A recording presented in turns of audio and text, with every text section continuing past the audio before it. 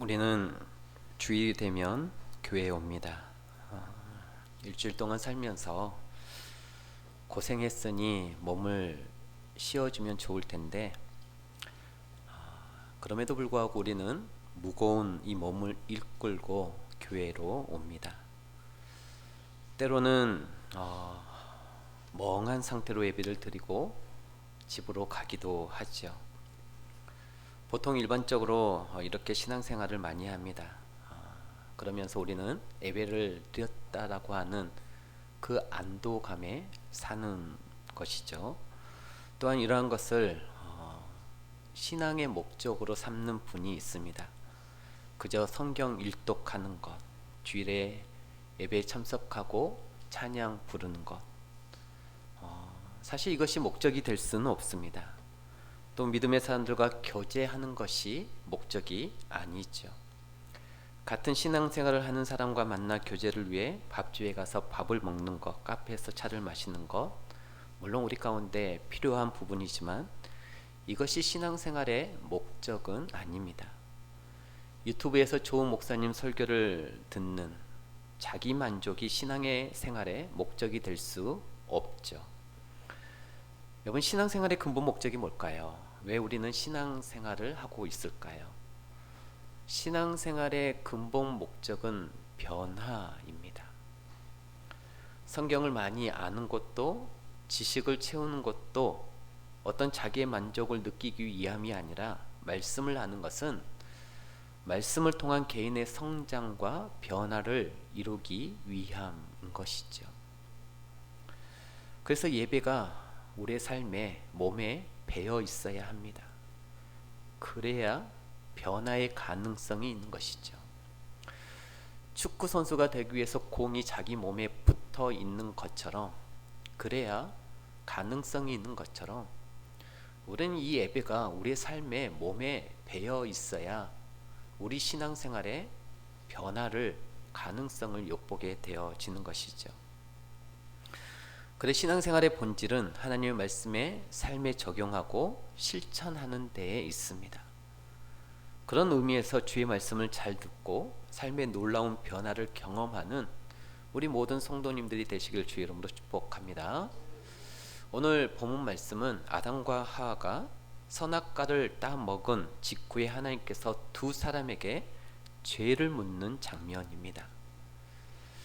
죄를 물을 때마다 하나님께서 우리 가운데 양심의 가책, 또 우리 가운데 어떤 이런 언급을 하실 때마다 우리는 어떤 마음으로 받아야 할 것인가, 우리에게 주어진 말씀을 통해서 우리가 깨닫는 귀한 시간이 되었으면 좋겠습니다.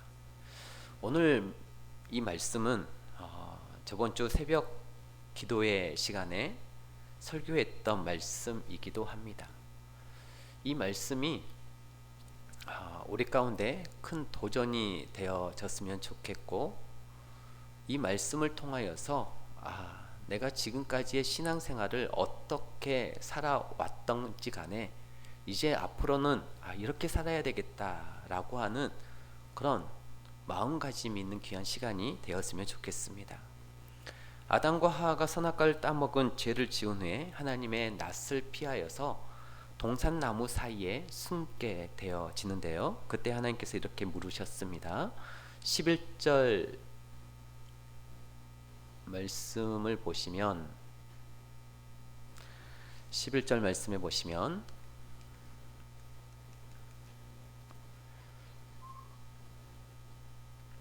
이르시되 누가 너의 벗었음을 내게 알렸느냐? 내가 내게 먹지 말라 명한 그 나무 열매를 내가 먹었느냐? 이렇게 말씀하셨습니다. 핵심은 이거죠. 내가 먹었느냐? 내가 따먹지 말라 한 선악과를 내가 따먹었느냐? 이런 말씀, 이런 질문이죠. 지금 이 질문은 하나님께서 몰라서 물으시는 질문이 아닙니다. 하나님은 이 범죄 현장을 다 지켜보고 계셨고 알고 계셨어요. 그런데 이렇게 물으시는 이유는 아담과 하와가 자신들의 지은 죄를 인정하고 자백하고 뉘우치는 모습이 있는지를 보시기 위해서 물으신 것이죠. 그 하나님의 물음에 아담과 하와가 했던 답변은 너무 실망스러운 답변이었습니다. 12절 말씀을 보시면 아담이들의 하나님이 주셔서 나와 함께 있게 하신 여자, 그가 그 나무 열매를 내게 주므로 내가 먹었나이다. 이게 아담의 대답입니다. 뭐라고 대답하는고 하니 여자가 자기에게 선악과를 권해서 먹을 수밖에 없었다라고 답하고 있는 것이죠. 그러니까 자신의 죄에 대한 이 책임을 하와에게, 배우자에게 돌리고 있는 것입니다. 이 말은 무슨 뜻입니까? 하와만 아니었으면 저는 죄 짓지 않았을 것입니다. 하와가 문제입니다. 제 아내가 문제입니다. 이런 답변인 것이죠. 아담은 지은 죄에 대한 책임을 여자에게 돌렸습니다. 그렇다면 하와는 어떻게 답변했을까요? 13절 말씀에 보시면 여호와 하나님이 여자에게 이르시되 내가 어찌하여 이렇게 하였느냐? 여자가 이르되 뱀이 나를 깨므로 내가 먹었나이다. 이 부부가 비슷한 답변을 하고 있습니다. 이 당시에는 두 부부밖에 없었죠. 인간이라고는 이 두 부부밖에 없었습니다. 이건 무엇을 뜻하냐? 모든 인간의 죄성을 우리에게 보여주고 있는 것이죠. 자신이 지은 죄에 대한 책임을 아담은 하와에게, 하와는 뱀에게 돌리고 있습니다. 하와 때문에, 뱀 때문에 이렇게 됐다라는 것이죠. 아담과 하와의 이런 모습 속에서 우리는 인간의 죄악과 인간의 연약함을 발견하게 되어집니다. 좋지 않는 결과에 대해서 자신이 책임지려 하지 않고 늘 남의 탓을 한다라는 것이죠. 한번 생각해 보십시오. 뱀이 하와를 유혹했던 것은 사실입니다. 하와가 아담에게 선악과를 권했던 것도 사실입니다. 그러나 그들은 그 상황에서 얼마든지 거절할 수도 있었습니다. 결국 최종 결정은 자신들이 했다라는 것이죠. 자신이 최종 도장을 찍었습니다. 뱀이 하와를 유혹했을 때 하와가 거절할 수 있었어요.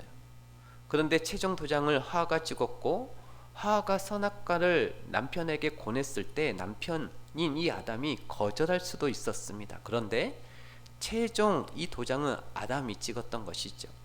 그래서 결국 같이 선악과를 먹게 되었습니다. 이렇게 최종 결정을 자신이 해놓고서 잘못된 결과에 대해서 늘 남의 탓을 하는 모습이 바로 우리의 죄악되고 연약한 모습이라는 것입니다. 우리 주위를 둘러보면 이런 사람들이 많습니다. 우리 안에도 그런 모습이 있고요. 우리가 인생을 살다가 뭔가 상황이 힘들어지고 어려워지면 그때 그 사람이 그런 제안만 하지 않았어도 내가 이렇게 되진 않았을 텐데, 내가 이 사람만 만나지 않았어도 이렇게 되지 않았을 텐데 하면서 늘 남의 탓을 하게 되어지며 원망 가운데 살아가는 사람들이 많이 있습니다. 자신이 냈던 이 잘못된 최종 결정에 대한 책임은 지지도 않고 오직 그 사람만, 그때 그 사건만 탓하며 원망하며 살아가더라는 것이죠. 오늘날에도 상대의 달콤한 속삭임에 넘어가서 투자를 잘못해 목돈을 날려버린 사람들이 얼마나 많습니까? 그러나 이것을 아셔야 합니다. 상대의 이 달콤한 속삭임에도 안 넘어가는 사람들이 있다라는 것이죠. 다 넘어가는 게 아닙니다. 지금 그런 잘못된 이 유혹에 안 넘어간 사람은 유혹이 없어서 안 넘어간 게 아니라 유혹이 똑같이 있었음에도 불구하고 최종 결정을 잘 내린 것이죠. 가까운 사람 보증 서줬다가 그 결과가 잘못된 사람들 얼마나 많습니까? 그러나 똑같은 상황에서 성경 말씀 그대로 보증을 서지 않는 사람도 있습니다. 최종 결정은 결국 나에게 달려 있다라는 것이죠. 아무리 누가 유혹을 해도, 누가 아무리 그럴듯한 제안을 해도 최종 결정을 내가 잘 내리면 절대 속아 넘어갈 일이 없는 것이죠. 누구를 탓할 문제가 아니라라는 것입니다. 물론 그 딱한 사정은 이해가 되죠. 그러나 결국 최종 결정은 본인이 한 것입니다. 자, 그러면 그 과정을 우리가 좀 더 구체적으로 살펴보겠습니다. 아담과 하와의 첫 번째 실수는 뱀의 유혹에 넘어가 선악과를 따먹은 것입니다. 이게 첫 번째 실수이죠. 여기에서 그쳤더라면 참 좋았으련만 두 번째 실수를 연달합니다. 그 두 번째 실수가 뭐겠습니까? 첫 번째 실수에 대한 책임을 지려고 하지 않고 남의 탓을 하는 것입니다. 이렇게 되면 마귀에게 연거푸 두 번 지게 되는 것이죠. 왜 남의 탓을 하는 것이 마귀에게 지는 것일까? 왜 남의 탓을 하는 게 우리는 마귀에게 지는 것일까? 첫 번째 지는 것은 남의 탓을 하는 순간부터 이 관계가 다 깨지기 때문에 그렇습니다. 여러분, 인생과 신앙에서 가장 핵심이 관계인데 남의 탓을 하는 순간부터 이 관계가 다 깨지게 되어 있어요. 한번 생각해 보십시오. 아담과 하와가 죄에 대한 책임을 서로 지려고 하지 않고 남의 탓을 했을 때 그들의 앞으로의 삶은 어떻게 되겠습니까? 우리가 보통 이제 결혼 생활 해보신 분들은 대충 그 다음 상황이 머릿속에 그려지지 않습니까? 선악과를 따먹은 그 죄 때문에 이 아담과 하와가 하나님께 저주를 받아서 이제 땀을 흘려야 소산이 있게 되어집니다. 선악과를 따먹은 이후 이제 고생을 하게 되어지죠. 없었던 고생이 생기게 되어진 것이죠. 그러면 이 아담이 고생을 할 때마다 아담이 그러겠죠. 밖에 나가서 열심히 고생하고 집에 들어가서 그 진보다리를 던지면서 그랬겠죠.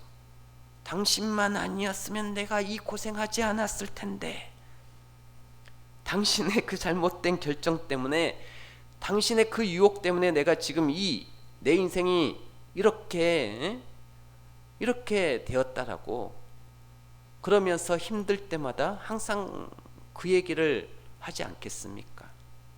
그러면 그 이야기를 듣고 있던 이 화와 역시도 똑같이 돼야겠죠. 그 말을 듣고 죄송해요, 잘못했어요, 그러겠습니까? 화도 똑같은 수준으로 말하겠죠. 화가 가만히 있지 않겠죠. 뱀 탓을 했던 화인데 화 역시도 그런 말을 듣고 가만히 있지 않을 것입니다. 남자가 쪼잔하게 여자를 지켜주지 못할 망정, 그때는 같이 좋다고 선악과를 먹었으면서 입만 열면 또 그런 말을 한다 그러면서 맞받아칠 것 아니겠습니까? 그렇죠? 경험이 다 있으시죠? 네. 그러면 관계는 다 깨지게 되어집니다. 부부 관계가 다 깨지는 거예요. 남의 탓을 하면 부부 관계만 깨지는 게 아닙니다. 하나님과 나와의 관계도 깨집니다. 이런 사람, 이런 사건, 이런 환경을 허락하신 분이 하나님이시라고 생각하게 되어지면서 결국 원망과 이 불평의 불똥은 하나님께 튀게 되어 있습니다. 무슨 말인지 아시겠습니까? 오늘 본문 말씀에 그 모습이 나와 있는데요. 아담과 하와 탓을 하면서 이런 말을 합니다. 12절을 우리가 다시 보시면, 12절을 다시 한번 보시면, 아담이 이르되 하나님이 주셔서 나와 함께 있게 하신 여자 그가 그 나무 열매를 내게 주므로 내가 먹었나이다. 이 말씀 보면 아담의 이 비겁한 모습을 볼 수 있는데 잘 보십시오. 화와 때문에 제가 선악과를 따먹게 됐습니다. 이 말을 하면서 화를 그냥 여자가 언급하지 않습니다. 여자라고 언급하지 않습니다. 앞에 무슨 수식어가 붙어 있죠? 하나님이 주셔서 나와 함께 있게 하신 여자 그가 내게 열매를 줘서 저는 어쩔 수 없이 따먹을 수밖에 없었습니다. 이 말이에요. 무슨 말입니까? 나를 죄 짓도록 유혹한 그 여자는 하나님 당신이 주신 여자입니다. 이 말은 결국 죄에 대한 책임을 하나님에게까지 돌리고 있는 거예요. 하나님이 죄 짓게 만들었잖아요, 이런 말인 것이죠. 하나님이 그렇게 못된 여자 내 옆에 붙였잖아요. 여러분, 사람이 남의 탓을 하기 시작하면 결국 그 불똥이 하나님 아버지께 튀게 되어 있습니다. 그래서 하나님과의 관계도 다 깨지게 되어지는 것이죠. 내 주위의 사람들과의 관계도 깨지고 하나님과의 관계도 깨지게 되어 있습니다. 저는 지금까지 남의 탓을 많이 하는 사람이 하나님의 관계가 좋은 경우를 거의 보지 못했습니다. 신앙이 좋을 수가 없어요. 남을 탓을 하는 사람은 자신이 뭔가 변화하려고 하는 의지가 없기 때문에 하나님과의 관계, 신앙이 좋은 사람이 없는 것이죠. 그리고 주위 사람들과도 원만한 관계를 맺지 못합니다.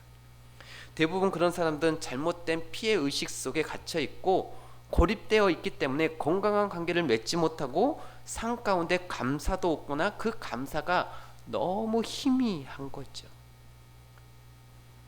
그리고 더 무서운 것은 이런 사람들이 항상 피해 의식 속에 살아가는 사람들이, 그래서 늘 남의 탓을 하는 사람들이 인생을 살다가 어떤 좋은 결과물을 만나게 되어지면 안 좋은 결과 앞에서는 늘 남의 탓을 하는 사람들이 어쩌다가 좋은 결과를 만나게 되어지면 이 사람이 어떻게 바뀌느냐, 95% 이상은 이렇게 바뀝니다. 내가 잘해서. 분명히 안 좋은 결과물 앞에서는 저 사람 때문에, 이 사람 때문에 그렇게 말했던 사람이 좋은 결과물 앞에서는 내가 하면서 나를 드러내는 것이죠.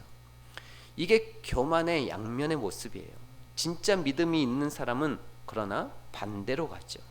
좋지 않은 결과 앞에서는 자신의 실수를 겸손히 인정하고 책임질 줄 알며, 좋은 결과 앞에서는 하나님께 그 영광을 돌려드릴 줄 아는 것입니다. 성도가 이렇게 후자의 모습으로 살아갈 때 원만한 관계를 지킬 수 있는 것입니다. 관계가 회복되는 거예요. 하나님의 관계도 회복되고 주위 사람들 관계도 회복되고, 그러면서 진정한 행복을 누릴 수 있게 되는 것입니다. 저는 제 주위에도 그런 사람들이 있어요. 얼마나 존경스러운지 모릅니다. 얼마나 정말 귀감이 되어지고 우러러보게 되어지는지. 여러분, 바라기는 힘들고 어려운 상황 앞에서 항상 남을 탓하는 인생이 아니라 자신을 돌아볼 줄 알고 자신의 죄와 허물을 인정할 줄 아는 자가 되어서 인생과 신앙에 있어서 가장 중요한 관계를 놓치지 아니하고 잘 지켜가는 저와 여러분이 될 수 있기를 주의 이름으로 축복합니다. 두 번째로, 왜 남의 탓하는 것이 마귀에게 지는 것이냐? 남을 탓하는 인생은 성장하기 어렵기 때문입니다. 좋지 않은 결과를 두고 항상 남의 탓을 한다라고 하는 것은 결국 자신은 잘못한 것이 없다라는 말이거든요. 나는 잘못한 것이 없다라고 하는 것을 강조하기 위해서 남의 탓을 하는 것이죠. 그래서 그런 사람들은 성장하기가 어렵습니다. 남을 탓한다라고 하는 것은 결국 나는 잘못한 게 없다라고 하는 그런 말이 되기 때문에 성장이 있을 수가 없는 것이죠. 늘 주위 사람들이 문제고 환경이 문제니까 인생과 이 신앙에 오답 정리가 없는 삶을 살아가는 것입니다. 변하려고 하지 않습니다. 내가 뉘치지 않습니다. 이 오답 정리의 출발점은 내가 틀렸음을 인정하는 거예요. 나의 잘못을 겸손히 인정하는 것입니다. 우리가 학창 시절에 공부 잘하는 학생들은 뭘 반드시 만드는지 아십니까? 반드시 오답 노트를 만들게 되어 있습니다. 학생들도 오답 노트를 만들어서 정리를 하면 그 다음에 그 문제에 대해서 또다시 그 문제가 나왔을 때 틀리지 않을 확률이 높기 때문에 공부를 잘하는 학생들은 반드시 오답 노트를 만들어요. 그런데 오답 노트를 만들지 않으면 그 문제 또 틀리는 거죠. 또 넘어지는 겁니다. 오늘 본문에 등장하는 이 아담과 하와를 생각해 봅시다. 만일 아담과 하와가 자신들의 죄와 실수를 인정했다면, 그래서 선악과 사건을 되돌아보면서 이 부부가 함께 오답 정리를 했다면 배울 것이 굉장히 많았을 것입니다. 내가 왜 그때 그런 잘못된 결정을 내렸을까? 어떻게 하면 앞으로 같은 실수를 반복하지 않을까? 이렇게 접근하기 시작하면 선악과 사건과 그 실수를 통해서 깨닫고 배울 수 있는 것이 굉장히 많아집니다. 뭘 배울 수 있을까요? 일단 이 화와는 하나님의 말씀을 더 정확하게 알아야 된다라고 하는 것을 깨달았을 것입니다. 뱀이 하나님의 말씀을 이렇게 살짝 바꿔서 접근을 했음에도 불구하고 이 화가 눈치채지 못하고 쉽게 속았던 이유는 하나님의 말씀을 알되 적당히 대충 알고 있었기 때문입니다. 정확하게 알고 있지 못했어요. 하나님의 말씀을 듣긴 들었는데, 알긴 아는데 대충 알았지 정확하게 알고 있지 못했습니다. 그래서 속아 넘어갔어요. 여러분, 대충 아는 것과 정확하게 아는 것은 확연하게 다른 문제이죠. 하와가 자신의 죄와 실수를 인정하고 오답 정리를 했다면 이것부터 깨달았을 것입니다. 내가 같은 실수를 반복하지 않기 위해서 하나님의 말씀을 더 부지런히 듣고 읽고 배워서 정확하게 알고 있어야 되겠구나. 그래야 속지 않겠구나. 이거 하나만 깨닫고 고쳐도 하와의 믿음은 반드시 성장하게 되어 있습니다. 또 하와가 오답 정리를 통해서 배울 수 있는 것이 무엇이었겠습니까? 보는 것을 조심해야 되겠구나. 성경에 보면 하와가 이 선악과를 본즉 먹음직도 하고 보암직도 하면서 탐심이 들어왔다라고 성경은 분명히 말하고 있습니다. 따먹지 않아야 될 선악과라면 가까이 하지 않아도 되고 보지 않아도 된다라고 하는 이 사실을 오답 정리를 하면서 했다면 깨달았겠죠. 이렇게 오답 정리를 하면 앞으로 얼마나 큰 성장이 있었겠습니까?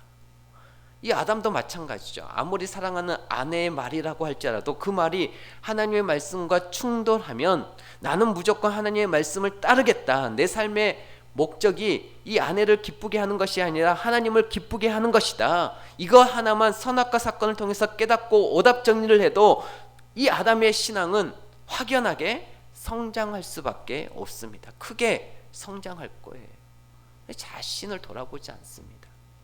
늘 남 탓을 하는 거죠.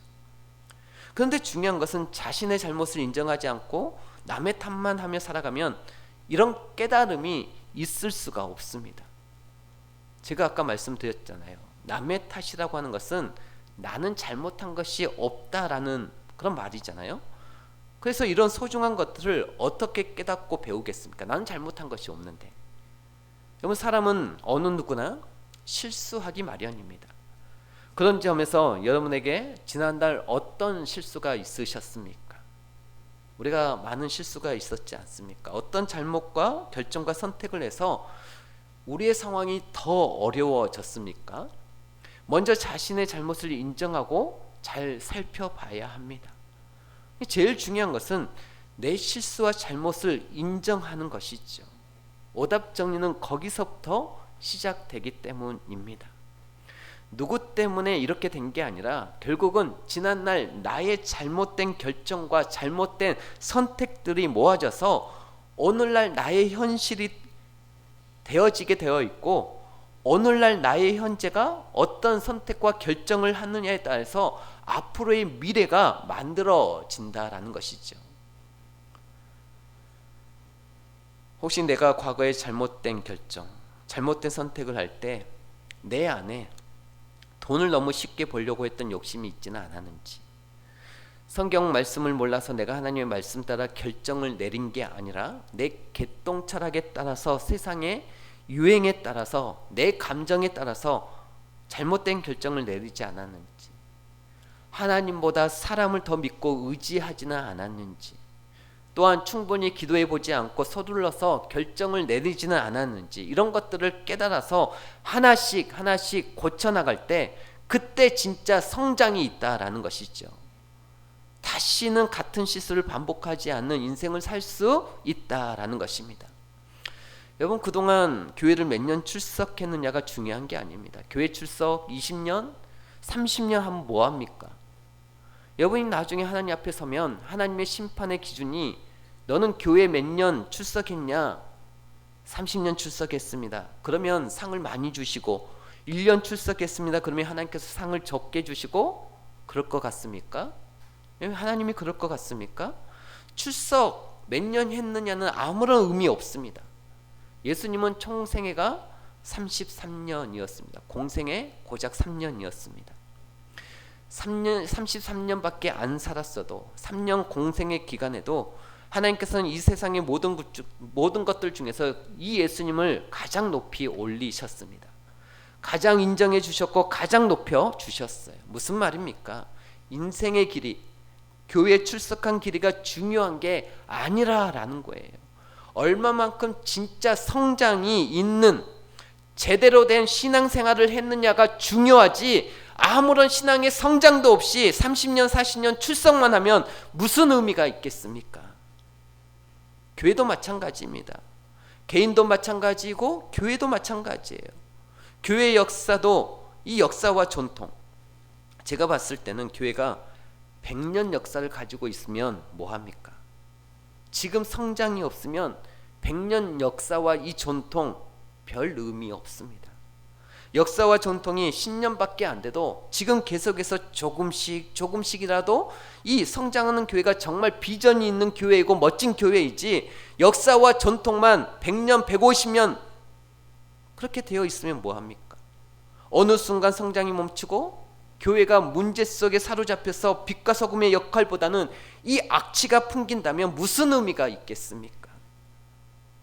성장이 멈추지 않았다라고 하는 것, 다시 말해서 성장이 진행 중이라고 하는 것은 결국 잘못을 인정할 줄 안다는 것이고, 그 잘못을 되돌아보면서 뭔가 계속 배우고 보완해 간다라는 것입니다. 그래야 비전이 있는 것이죠. 자신의 잘못을 인정할 줄 모르고 그래서 오답 정리가 없는 개인과 교회는 절대 성장할 수 없습니다. 우리 사랑하는 여러분, 혹시 여러분의 삶 가운데 남의 탓을 하며 살아가는 모습이 있다면 정말 그 모습은 회개하셔야 합니다. 내가 과거에 내렸던 잘못된 결정에 대해서 화를 탓하고 배만 탓하고 있을 것이 아니라 내 부족함을 깨달으며 진리의 말씀 안에서 하나 둘씩 보완해 나가는 인생이 되어야 한다라는 거예요. 그래야 같은 실수를 반복하지 않게 되는 것이죠. 우리가 남을 탓하고 환경을 탓하면서 결국 자신의 실수를 인정하지 않으면 똑같은 실수를 반복하게 되어 있습니다. 똑같은 실수가 인생 가운데 반복되면 어떤 일이 벌어지느냐? 온수가 계속 늘어나요. 원망할 사람만 계속 늘어납니다. 무슨 말인지 아시겠죠? 내가 내 실수와 잘못을 보지 못하고 고쳐가지 않으면 결국은 항상 내 주위에 탓할 사람만 늘어나는 거예요. 그러니까 인생을 살면 살수록 정말 믿음 안에서 좋은 친구들이 많이 생기는 것이 아니라 왼수들만 늘어나는 거예요. 이 사람은 이래서 싫고 저 사람은 저래서 싫고 저 사람은 저래서 내 인생 망쳐놨고, 내 주위에는 온통 마음에 안 드는 사람만 있게 되는 것이죠. 그러다 보면 하나님과의 관계도 다 깨지는 거예요. 성장이 없습니다. 저는 바라기는 내가 지은 죄, 내가 했던 이 실수를 겸손히 인정할 줄 알고 그 결과를 책임질 줄 아는 성도가 되어서 진리 안에서 바른 오답 정리를 통해서 신앙이 멈추지 아니하고 계속 성장하는 은혜가 우리 안에 있기를 주의 이름으로 축복합니다. 마지막으로 생각해 볼 것은 내가 진짜 잘못한 것이 없는 경우입니다. 우리가 살다 보면 그런 경우 있지 않습니까? 내가 진짜 이거는 내가 잘못한 게 아닌 것 같은데, 내가 진짜 잘못한 것이 없는 경우, 이런 경우가 극히 드물기는 한데 간혹 있습니다. 과거에 잘못된 결정, 잘못한 선택한 것도 없고 나는 잘못한 것이 없이 진짜 억울하게 당한 경우인데, 대부분 사람들은 자신이 이 경우에 해당된다라고 생각합니다만 그건 사실 좀 착각입니다. 자, 이런 경우에 성경에서도 흔히 찾아볼 수 없는 이제 경우가 있는데, 성경에 보면 이런 경우가 극히 드물게 나와요. 예를 들자면 이런 경우입니다. 다니엘, 요셉, 이런 케이스입니다. 이런 사람들은 진짜 남을 탓해도 될 사람들이에요. 남을 탓할 자격이 되는 사람입니다. 다니엘이나 요셉은 거의 무결점이죠. 남을 얼마든지 탓해도 될 사람들이에요. 그런데 성경을 보면 남을 탓해도 될 사람들인 이 다니엘과 요셉이 인생의 위기와 이 고난 앞에서 남을 탓하거나 원망하는 장면을 한 장면도 찾아볼 수 없습니다. 참 신기하죠? 진짜 남을 탓해도 될 이 사람들은 남을 탓하지 않고 있어요. 그런데 남을 탓하면 안 될 사람들은 남만 탓하고 있는 거죠. 아담과 하와가 그 모습을 우리에게 보여주고 있잖아요.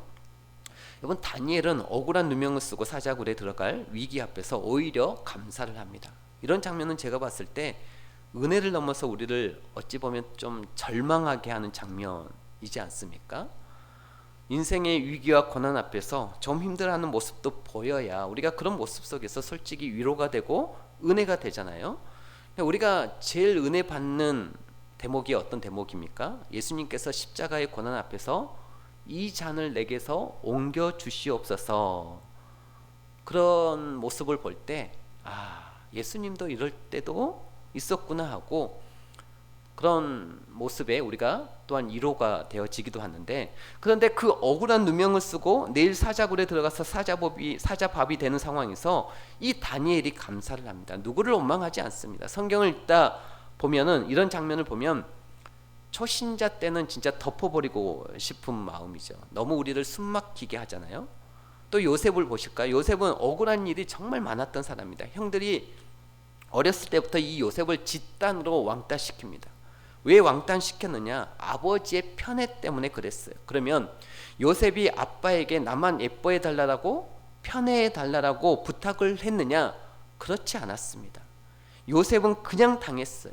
아버지에게 편애해 달라고 요구한 적도 없었고, 아버지 이 야곱이 일방적으로 편애를 했습니다. 그래서 형들이 결국은 이 요셉을 진짜 죽이려고 했고, 살인 미수에 그치자 결국 동생을 애굽에 팔아 버렸습니다.